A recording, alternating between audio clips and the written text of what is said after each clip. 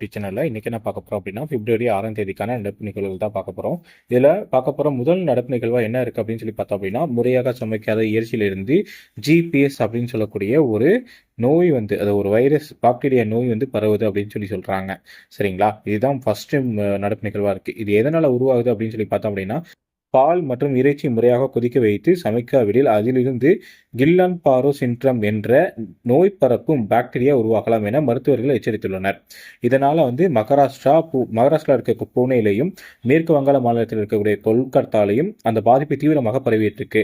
தமிழகத்தில் கூட ஓரிருவருக்கு வந்து இந்த நோய் கண்டறியப்பட்டிருக்கு அப்படின்னு சொல்றாங்க.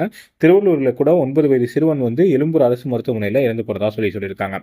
இது மட்டும் இல்லாம சுகாதாரமற்ற நீர் உணவில் சுகாதாரமற்ற நீர் மற்றும் உணவுல வந்து ஜிபிஎஸ் நோய் பரவும் பாக்டீரியாக்கள் காணப்படுவதால் இதில் விழிப்புணர்வோடு இருக்கணும் அப்படின்னு சொல்லியிருக்காங்க. அட்லீஸ்ட் 70 டிகிரி செல்சியஸ் வெப்பநிலையாச்சும் வந்து நம்ம வந்து இந்த நீரை வந்து ஹீட் பண்ணணும் அப்படின்னு சொல்லியிருக்காங்க. இந்த பாதிப்பு ஏற்பட்டவங்களுக்கான அறிகுறிகள் என்னென்ன அப்படின்னு சொல்லி பார்த்தோம் அப்படின்னா, உள்ளங்கை மற்றும் பாதத்தில் ஊசி போல குத்துமா, இது மட்டும் இல்லாமல் மந்தமாக உணரலாம், நாளடைவில் தசைகள் தளர்ந்து நடக்க முடியாமல் கைகளை அசைக்க இயலாமலும் போயிடும் அப்படின்னு சொல்லியிருக்காங்க.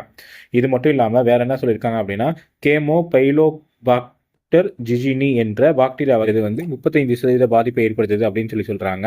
இது அதிகமான பாதிப்பை ஏற்படுத்துறதுக்கு காரணம் வந்து இதுக்குள்ளேயே இன்னொரு பாக்டீரியா வந்து உருவாகுது அப்படின்னு சொல்றாங்க. அந்த பாக்டீரியா என்ன அப்படின்னு சொல்லி பார்த்தோம் அப்படின்னா, மாலிகுலர் மிமிக்ரி அப்படிங்கிறது தான் வந்து இந்த பாக்டீரியா. சரிங்களா? இது இந்த பாக்டீரியா 1000 பேரில் ஒருவருக்கு ஜிபிஎஸ் நோயை வந்து ஏற்படுத்துது அப்படின்றது சொல்லியிருக்காங்க. இந்த பாக்டீரியாக்குள்ளேயே இன்னொரு பாக்டீரியா இருக்கு அப்படிங்கிறது ரொம்ப ஆச்சரியமா இருக்கு. சரிங்களா? இதனால நம்ம வந்து நல்ல சுடுதண்ணியை நல்லா ஹீட் பண்ணி யூஸ் பண்ணணும் அப்படிங்கிறதும், உணவு வந்து நல்ல ஹீட்ல சமைக்கணும் அப்படிங்கிறதும் ரொம்ப முக்கியமான ஒன்று. டிசம்பர் 31, 2014 முஸ்லீம் அல்லாத பிற மதத்தினருக்கு குடியுரிமை வழங்கப்படும் அப்படின்னு சொல்லி ஒரு ஸ்டேட்மெண்ட் கொடுத்திருந்தோம். இது எப்போ அப்படின்னா 2019 திருத்த சட்டத்தில் இதை வந்து சொல்லியிருப்பாங்க. சரிங்களா? 2019 திருத்த சட்டத்தில் டிசம்பர் 31, 2014 அதாவது மற்ற நாட்டிலேருந்து இந்தியாவுக்கு வரக்கூடிய முஸ்லீம் அல்லாத பிற மதத்தினருக்கு வந்து குடியுரிமை வழங்கப்படும் அப்படின்னு சொல்லியிருந்தாங்க. இப்போ என்ன கொடுத்துருக்காங்க அப்படின்னா, யாருக்குமே வந்து குடியுரிமை கிடையாது அப்படிங்கிறத பற்றி சொல்லியிருக்காங்க. பாகிஸ்தான்லேருந்து வரவங்களோ வங்கதேசத்துலேருந்து வரக்கூடியவங்களுக்கும் வந்து குடியுரிமை கிடையாது அப்படிங்கிறத சொல்லியிருக்காங்க. இதில் பாகிஸ்தான்லேருந்து இந்தியாவுக்கு வந்தவர்களுக்கு வந்து குடியுரிமை கொடுத்துருந்தோம். அவங்க வந்து தில்லியில் நடைபெற்ற தேர்தலில் வந்து வாக்களிச்சிருந்தாங்க. இது ஞாபகம் வச்சுக்கோங்க. ஓகேங்களா? அடுத்து நம்ம பார்க்க போகிறது என்ன அப்படின்னா, எலும்பு முனை கருவி எங்கே கிடைச்சிச்சு அப்படின்னா, பொற்பனை கோட்டையில் தான் கிடைச்சிச்சு. சரிங்களா? பொற்பனை கோட்டையில் தான் கிடைச்சிச்சு. இந்த பொற்பனை கோட்டை எந்த மாவட்டத்தை சேர்ந்தது அப்படிங்கிறத நீங்கள் எனக்கு கமெண்ட்டில் சொல்லுங்கள். அடுத்து உலக சுகாதார அமைப்பிலிருந்து அர்ஜென்டினா வெளியில் வந்துட்டாங்க. சரிங்களா? எதனால வெளியில் வந்தாங்க அப்படிங்கிறதுக்கான ரீசன் சொல்கிறாங்க. கொரோனா காலகட்டத்தில் வந்து இந்த உலக சுகாதார அமைப்பு வந்து சரியாக செயல்படலை அப்படின்னு சொல்லி குற்றம் சாத்திருக்காங்க இந்த உலக சுகாதார அமைப்பு மேல. சரிங்களா? அதனாலதான் அவங்க இதுல இருந்து வெளியில வந்ததா வந்து சொல்லியிருக்காங்க. இது மட்டும் இல்லாம இன்னொன்னு ரொம்ப முக்கியமானது என்ன அப்படின்னா, மனித உரிமை கவுன்சிலில் இருந்து அமெரிக்கா வெளியில வந்துருச்சு அப்படின்ட்டு சொல்லியிருக்காங்க. ஐநாவோட மனித உரிமை ஆணையத்திலிருந்து யார் வெளில வந்துட்டா, யுஎஸ் அதாவது அமெரிக்கா வந்து வெளியே வந்திருக்கு. ட்ரம்ப் பதவியேற்றதுல இருந்து நிறைய அமைப்புகள்ல இருந்து வெளியில வந்துட்டே இருக்காங்க. சரிங்களா? அது என்னென்னங்கிறதுலாம் கொஞ்சம் ஞாபகம் வச்சுக்கோங்க.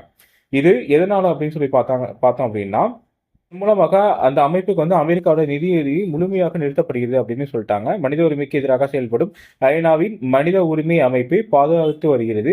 யுனெஸ்கோ அமைப்பு தொடர்ந்து யூதர்களுக்கு எதிராக செயல்பட்டு வருகிறது என்று அமெரிக்கா வெளியிட்ட அறிக்கையில இது குறிப்பிடத்தக்கது. யூதருக்கு எதிராக வந்து இவங்க செயல்படுறாங்க அப்படிங்கிறதுக்காக தான் வந்து இவர் நிறையவே சொல்லியிருப்பார் போல. அதனாலதான் வந்து அமெரிக்கா இந்த மனித உரிமை ஆணையத்துல இருந்து வெளில வந்திருக்காங்க. இதை ஞாபகம் வச்சுக்கோங்க. அடுத்து மதுரை மற்றும் திருச்சியில் வரும் 13ஆம் தேதி புதிய டைட்டில் பூங்காக்கள் அடிக்கல் நாட்டுகிறார் முதலமைச்சர் மு க ஸ்டாலின் அப்படின்னு சொல்லியிருக்காங்க. மதுரையில 9.97 ஏக்கர் பரப்பளவுலையும், அதாவது இதுவே திருச்சியில 14.16 ஏக்கர் பரப்பளவுலையும் வந்து இது அமைப்போது அப்படின்னு சொல்லியிருக்காங்க.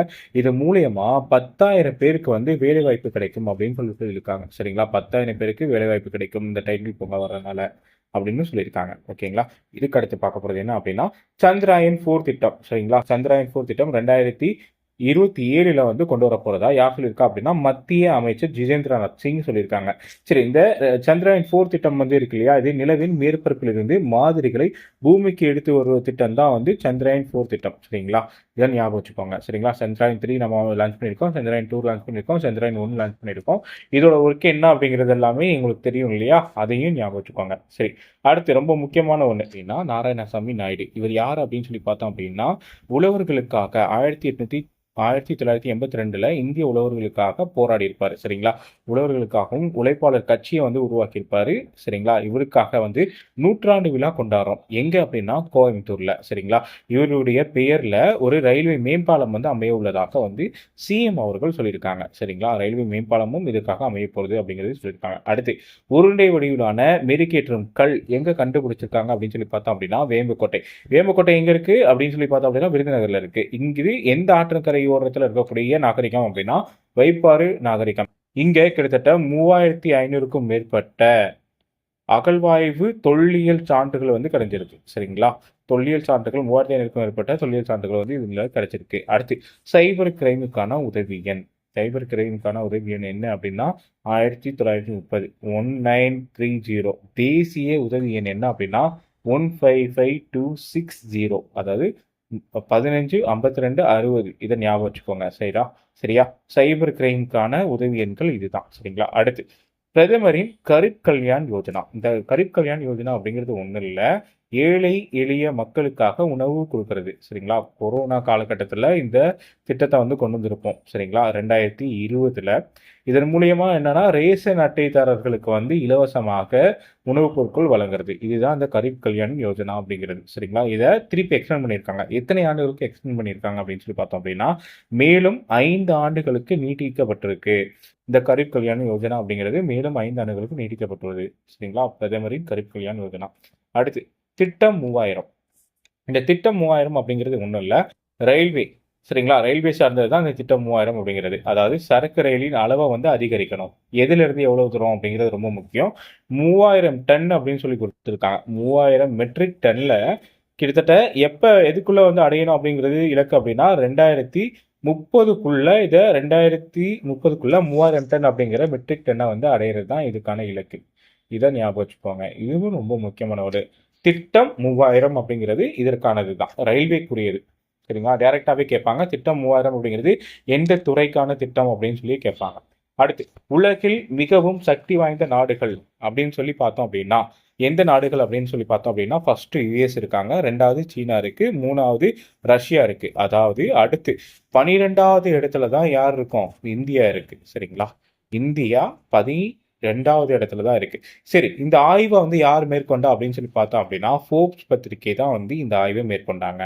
இது ரொம்ப ரொம்ப முக்கியமான ஒன்று. சரியா? உலகில் மிக சக்தி வாய்ந்த நாடுகள் அப்படின்னா யூஎஸ் ஃபர்ஸ்ட், சீனா செகண்ட், ரஷ்யா தேர்டு, இந்தியா 12வது இடத்துல இருக்காங்க அப்படிங்கிறத ஞாபகம் வச்சுக்கோங்க. அடுத்து மதமாற்ற எதிர்ப்பு மசோதா.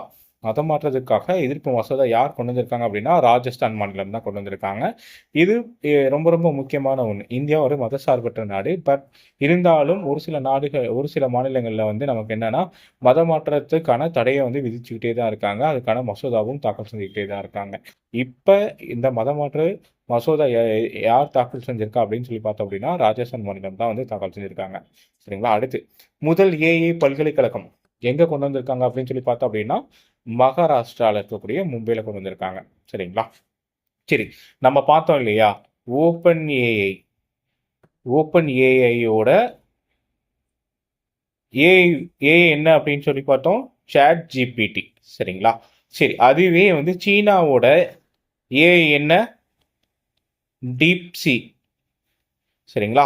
இப்ப நம்ம புதுசா ஒரு ஏஐ உருவாக்க போறதா சொல்லிட்டு இருக்காங்க. சரிங்களா? இந்திய அரசு ஒரு ஏஐ வந்து உருவாக்க போறதா சொல்லிட்டு இருக்காங்க. அது என்ன பேர் வைப்பாங்க அப்படிங்கிறதையும் நீங்க கமெண்ட்ல சொல்லுங்க. இது வரைக்கும் பார்த்தது வந்து பிப்ரவரி 6ஆம் தேதிக்கான நடப்பு நிகழ்வுகள். இனி வரக்கூடிய காலகட்டத்தில் வந்து நம்ம இலக்கண வகுப்புகளும் சேர்த்து பார்த்தோம். 8ஆம் வகுப்பு இலக்கணம் பார்க்க வேண்டியது இருக்கு. இது மட்டும் இல்லாமல் ப்ரீவியஸ் இயர் கொஸ்டின்ஸ் எல்லாமே பார்க்க வேண்டியது இருக்கு. இதை கண்டினியூஸாக நம்ம பார்த்துக்கலாம். நம்ம கூட ஜாயின் பண்ணிக்கோங்க. நம்ம குரூப் 4 தேர்வில் வெற்றி பெறதுக்காக முழு முயற்சியும் எடுப்போம். தேங்க்யூ.